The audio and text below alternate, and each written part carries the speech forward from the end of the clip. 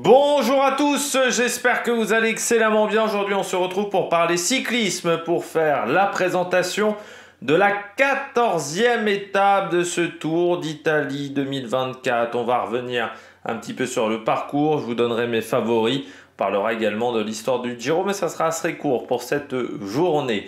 N'hésitez pas à vous abonner à la chaîne, à réagir dans les commentaires, à mettre un pouce bleu, à partager la vidéo sur les réseaux sociaux, notamment auprès de vos proches. Je pensais que ça peut les intéresser. Dans les commentaires, n'hésitez pas à me dire qui sont vos favoris plutôt. Est-ce que ce contre-la-montre vous intéresse ?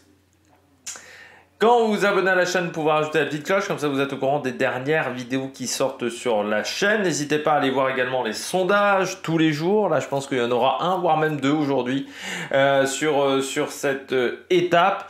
Et puis, quand vous vous abonnez à la chaîne, vous rajoutez la petite cloche. Plus vous cliquez rapidement sur les notifications, plus ça permet de soutenir la chaîne. Et puis, l'autre moyen également de soutenir mon travail, c'est de faire un super thanks. Et ça, c'est seulement si vous avez les moyens. Et je remercie les gens qui le font. Étape numéro 14, eh bien un parcours de pur spécialiste. Voilà, c'est un chrono véritablement de pur spécialiste. Il va falloir envoyer des watts, il va falloir être bien positionné au niveau aérodynamisme parce que ça ira vite. Donc forcément, mieux on pénètre dans l'air, mieux ça sera. Pour les grimpeurs, il faudra limiter la casse parce que là, les pertes de temps seront bien plus importantes que lors du premier contre-la-montre où il y avait un final en bosse, où c'était long, il y avait 52 minutes. Là, on est sur un effort qui sera plus court, hein. On sera aux alentours, je pense, vraiment en 35-36 minutes pour le vainqueur. Donc ça va aller beaucoup plus vite.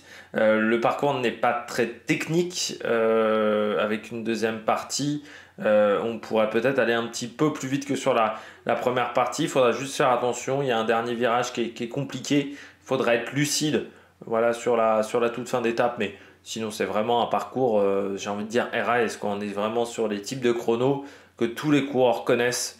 Donc, c'est-à-dire que comme tout le monde connaît ce type de parcours, tout le monde va y aller à fond. Il ne va pas y avoir de surprise, je pense. Il n'y a pas des coureurs qui vont partir trop vite et avoir du mal à finir.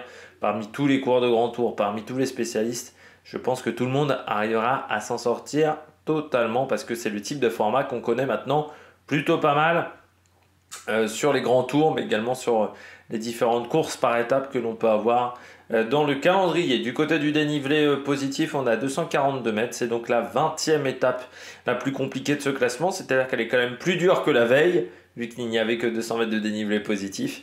Mais c'est le contre-la-montre le moins difficile. Il y a 200 mètres, je crois, il y a 150 mètres de moins par rapport au premier contre-la-montre. Allez, on regarde tout de suite la présentation du parcours. Le chrono de cette étape, on va pas y aller plus en détail que ça, entre Castiglione delle Stiviere et Decenzano del Garda, 31 km, donc c'est plus court que le dernier contre-la-montre et ça sera beaucoup plus court en temps. Je pense qu'on va gagner un quart d'heure, même plus d'un quart d'heure.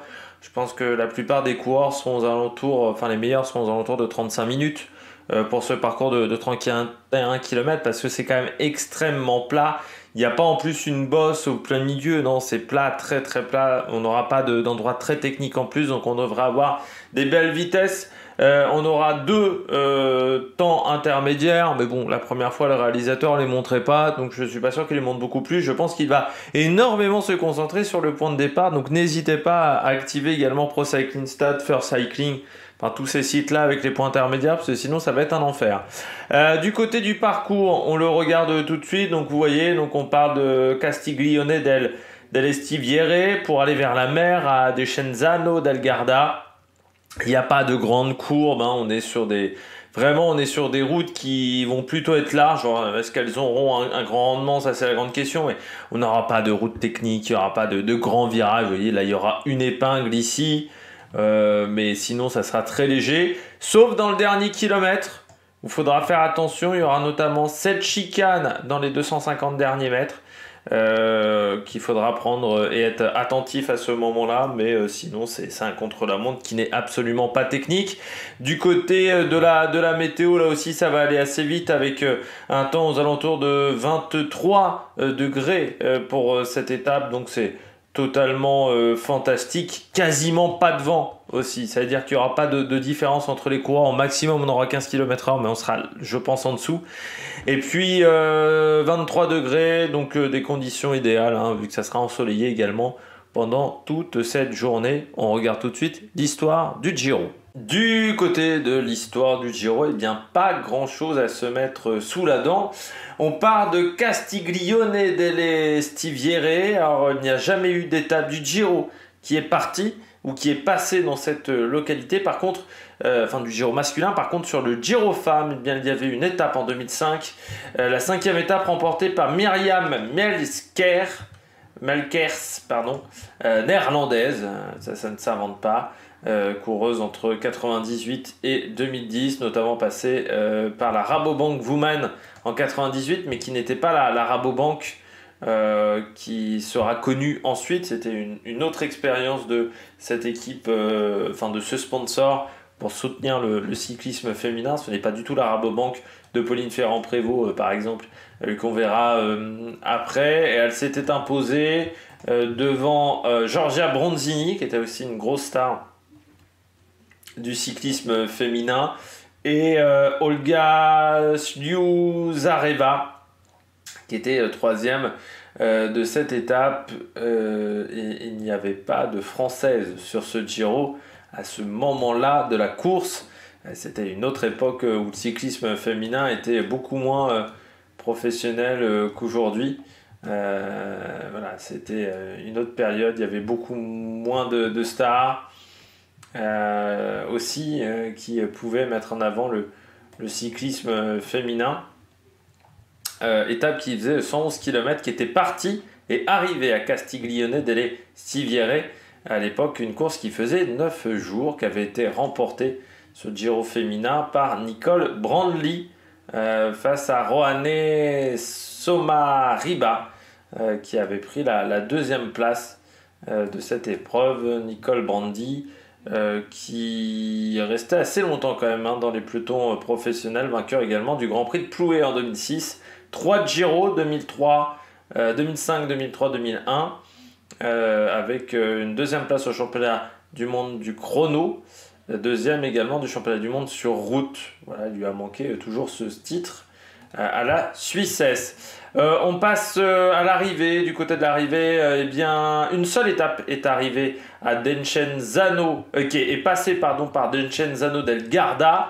C'était un contre-la-montre en 1971. La 12e étape qui avait été remportée par un Italien, Davide Boifava, qui avait remporté cette étape à l'époque. Et donc qui avait réussi à faire la différence dans le final de ce parcours. Davide Boifava qui a remporté des étapes sur le Giro, 2 étapes, également des participations, des victoires autour du Luxembourg, au Giro della Romagna, et 11e d'un Giro. Davide Boifava, c'était en 75. Il a également porté le maillot rose pendant un jour en 1969. Voilà. Et puis ça a été un manager d'équipe, notamment de la LPR Breaks en 2007, Androni Giocattoli, la Carrera. Ça, c'est des équipes dont on avait parlé les derniers jours. Le cycliste du jour qui est né à Descenzano del Garda, c'est Sonny Colbrelli dont on va parler. Sonny Colbrelli qui a eu une carrière qui n'a pas été aussi longue que prévu. Sonny Colbrelli qui a dû arrêter pour des problèmes cardiaques après une 2e place sur une étape du Tour de Catalogne, qui était la dernière course de sa carrière. 2e derrière un certain Michael Matthews, devant un certain Quentin Paché également. Cette année-là, il avait fait 2e du Umlaut Etniusblatt. Il avait fait quand même 2 top 5 à ce moment-là. Vainqueur de Paris-Roubaix en 2021. Vainqueur également du Tour du Benelux en 2021. Les 3 Vallées Varésines à Flèche-Brabançonne. Grande Piemonte. Il y a eu pas mal de très grands résultats pour ce coureur qui était passé par la Bahreïn, par la Bardiani. Mémorial Marco Pantani également, 10e des championnats du monde en Belgique. Qu'est-ce qu'on avait d'autre comme résultat? Sur les grands tours, il a tourné assez longtemps autour de la victoire d'étape qu'il n'a jamais remportée. Même, je pensais qu'il avait une victoire sur le Giro. Non, il n'a jamais réussi à remporter une victoire d'étape dans sa carrière sur un grand tour.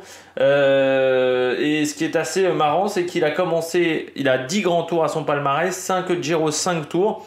Il a commencé par 5 Giro dans sa carrière, puis ensuite il a fait 5 Tours de France. Il n'a jamais fait la Vuelta dans sa carrière, Sonny Colbrelli.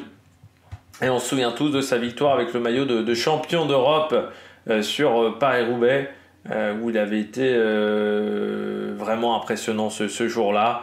Il avait dominé, et cette année 2021 où il avait été extrêmement fort, pour ceux qui s'en souviennent, sur le Tour de Romandie, il avait été également vainqueur d'une étape sur le Dauphiné. Il lui avait juste manqué une étape sur le Tour de France. Il était peut-être pas passé loin à Saint-Gaudens, au pas de la case, mais il avait été battu par Patrick Conrad ce jour-là. Il était vraiment pas passé loin. Il s'était un peu raté tactiquement ce jour-là. Donc voilà, pour ceux qui se souviennent de ce cours. Je pense que vous vous souvenez encore de ce cours. On passe maintenant à la stratégie. C'est simple du côté de la stratégie. Partir fort, finir encore plus fort. C'est un temps d'effort qui est quand même connu, alors même si c'est une chouille plus long. Vraiment la moyenne maintenant c'est 20-30 minutes, les contre-la-montre. Là on est une chouille plus long avec 35 minutes, mais ça reste un temps d'effort qui est tout à fait habituel du côté des coureurs. Donc je pense qu'il n'y aura pas de surprise. Les coureurs se connaissent suffisamment bien pour qu'on n'ait pas vraiment de grandes surprises sur ce contre-la-montre. Ce qui fait que parmi mes favoris, je vois quand même plutôt des spécialistes sur cette étape. J'ai mis Ghana devant alors un ancien spécialiste qui est devenu coureur par étape. J'ai mis Tiberi parce qu'il avait plutôt été très bon lors du dernier contre-la-montre, et j'ai mis Magnus Sheffield qui était pas mal aussi, pas très loin de Ghana sur le plat. Et en grosse côte, Geraint Thomas, je me dis que là, avec le fait qu'il n'y ait pas de changement de rythme, ça va peut-être plus lui correspondre. Vous voyez donc que je n'ai pas mis Pogacar, mais c'était pour varier un petit peu les plaisirs. Puis il y aura peut-être un sondage sur Tadej Pogacar. Allez, du côté du programme télé Eurosport, premier départ à 13h20, dernier départ 16h35 pour une arrivée prévue à 17h09 pour cette étape. Et puis n'oubliez pas les 4 jours de Dunkerque, ça sera l'étape de Cassel pour ce samedi. Eh bien, j'espère que vous avez aimé cette vidéo. N'hésitez pas à vous abonner à la chaîne, à réagir dans les commentaires, à mettre un pouce bleu. Nous, on se retrouvera comme d'habitude avec l'habillage particulier des contre-la-montre. On fera un point sur les différents leaders du général. Ça sera peut-être une vidéo un petit peu plus courte. Peut-être qu'elle arrivera un petit peu avant même cette vidéo du débrief du contre-la-montre. Et puis demain, on fera la présentation d'une arrivée beaucoup plus difficile de montagne pour le début des emmerdes, je dirais, pour les sprinteurs. Allez, nous on se retrouve pour de nouvelles aventures sur Amérique Production. Ciao, ciao!